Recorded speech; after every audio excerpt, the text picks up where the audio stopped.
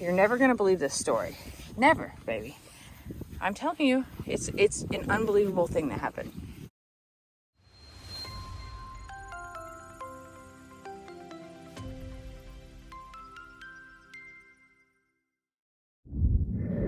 Dixie, I just took off your coat, baby, and I want to show these people what is going on with you because it freaked me out so much that I made a little tiny clip of a video and sent it to Courtney because look, I have winter normal Adidas gloves on and I've been petting Dixie after I took her winter coat off this morning and like half of her is on the ground. Baby, you look so tired and worn out and I'm not even brushing. Look, this is awful. And Courtney laughed at me because she's like, she's just blowing her coat. So this is a blowout for you? I'm sorry, baby. This is just you shedding. This is crazy to me. I've never seen her do it like this.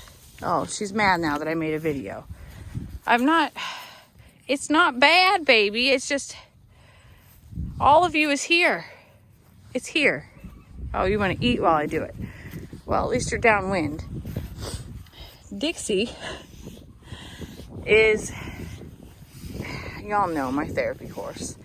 And I love to sit out here and talk to her. So here I am doing this and I'm having a moment with her and she's doing what she does, looks up at me and lets me know that she hears me and understands me. And then all of a sudden I like move my hand and I'm like, something's wrong. And she tries to tell me that there isn't anything wrong. And then I message Courtney and well, apparently there is nothing wrong. My horse is just ready for winter to be over as much as I am. So much that she's like, I don't need this anymore. We're done here. But I hate to break it to you, sister. We're going to have a couple of more cold nights and that's just the beginning of February. We don't know what the rest of February holds. Oh my gosh, that's not snow. That's Dixie. This is so crazy. This is never happened before in any of our animals to where I felt like this, that I could, I mean, with a brush, yes, but not with my hand.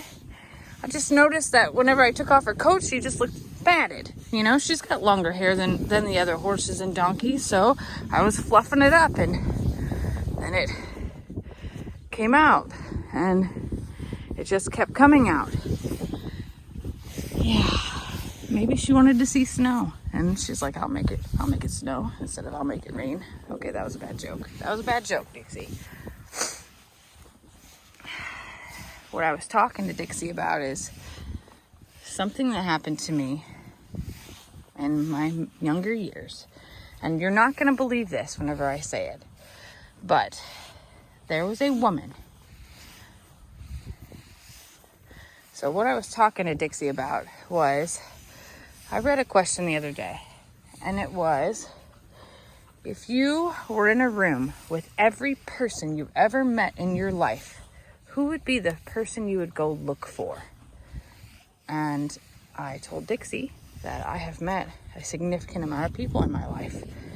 From my travels, to my career, to just life and where it's led me.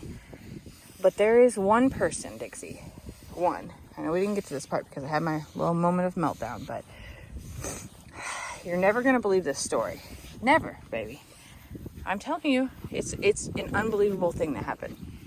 So when I was pregnant with Xander, many, many moons ago, I had a day off work and decided to go to the St. Louis Galleria. I had no money, but the thought of just window shopping and looking around and just getting a little bit out of my element sounded fun. I drove a tiny little stick shift Hyundai Elantra. I had to think about that. It was my first car that I bought on my own and was working towards paying off on my own. So I was super cautious and careful with it. Plus I was pregnant. So I went shopping, and when I got to the mall, or the Galleria, as we call it in St. Louis, of course I had to use the restroom, so I went in, and it was cold, and it was probably November-ish, I'm gonna say. So it was cold out, and I walk in, and I'm all bundled up, of course, and I'm you can tell I'm pregnant if you know me, but I didn't think that you could tell I was pregnant otherwise, basically. So I go in to use the restroom, and when I come out, I'm, putting myself back together, and I walk back out, and I'm looking down at my feet because I didn't want to trip on anything. And I look up, and a older woman, and I say older, I would say 80s, 90s, is standing there. And that woman says, "Hi, honey, can I tell you something?" And I'm like, okay. Like, I'm thinking at this point that I must have toilet paper stuck to my feet. I'm looking down again at the ground. And I was not very confident in myself in those days, so I was not very good at making eye contact. I will fully disclose that. So I'm like, yes, what? And I'm looking all over myself, and she goes, "No, honey, you have a beautiful baby." And I'm looking, then I'm like, excuse me? I'm looking all over the place. Like, what are you talking about? And she goes, "Honey, you're pregnant." It's like, how do you know? And she goes, "And he's beautiful. You are going to have the most beautiful boy." At this point in time, I had found out that it was a boy, but how could this stranger that I don't know, know that I'm pregnant because I'm bundled up in St. Louis in November, it's cold out, and I'm not like huge. And who says that to people, like, just being like, "Oh, you're pregnant"? So I'm freaked out at this point in time. And then she says, "Can I bless your baby?" And I'm like, excuse me, what? She goes, "Can I bless your baby?" And I just nodded like, okay, thinking that this woman just was going to say a prayer and move on.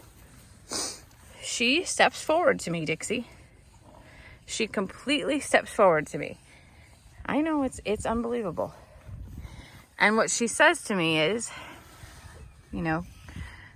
I think it was, "Guiding light, can you ensure that this mom and baby stay safe and stay well, and give her a lifetime of happiness and help her find peace in herself." And I'm gonna cry because it was so powerful, and I'll never forget those words. And I'm not a confident person at this point in my life, and maybe many other times, but I couldn't even make eye contact with her at this point in time. I'm looking down at her hands on my stomach. So I'm looking down at my hands on my stomach, I'm looking down at her hands on my stomach. It's true, baby, I was. And what she says to me is, "God bless you." And I'm in such disbelief. She takes her hand off my stomach, and when I look up, she's gone. I don't mean like walking away from me gone. I mean like gone. Just gone. And okay, here's the craziest part about it all. Dan, it's true. I'm not lying. I do my shopping, and I can't stop thinking about this moment and how crazy it was. And I didn't know if I was weirded out or what I should feel about it. It's true, Dixie. I didn't know how to feel. But what I did after that was get in my car and start to head back towards home, which is about an hour, 15, 20-minute drive. Well, you have to get on the interstate around one of those cloverleaf loops. So I start to get on the interstate, and it's snowing in November, which is kind of weird. Not like way out of character, but it's snowing. And just enough to, make things uncomfortable to drive in because it's coming down with giant flakes and it's a little potentially slick. I am going around this clover loop, and all around me, all of a sudden, is a bus that hits a car, that hits a semi, and it becomes a 10-car pileup all around me. And I say all around me like I felt like the world stood still for me and everything else was moving. And everyone else was around me, inches away, circling all around, and like nothing touched me. Nothing.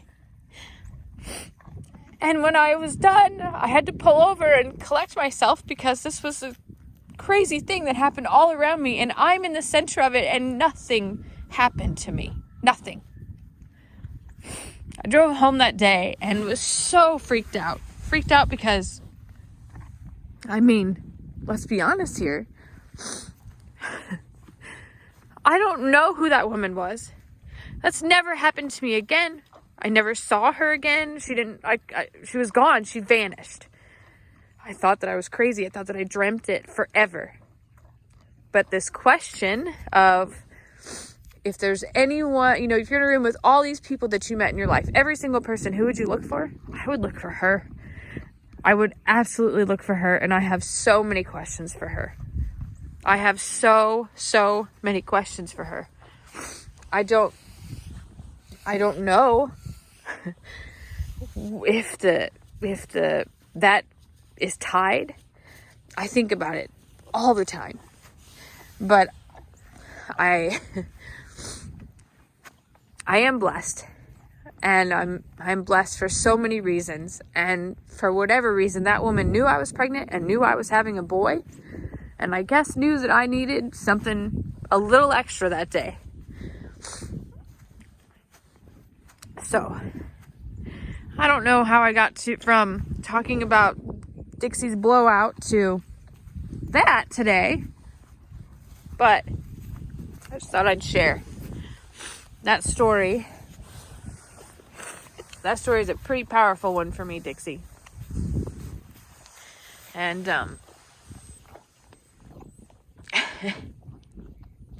I want to know if you ever got to be in a room with every person that you met. Ever in life. Who would you look for?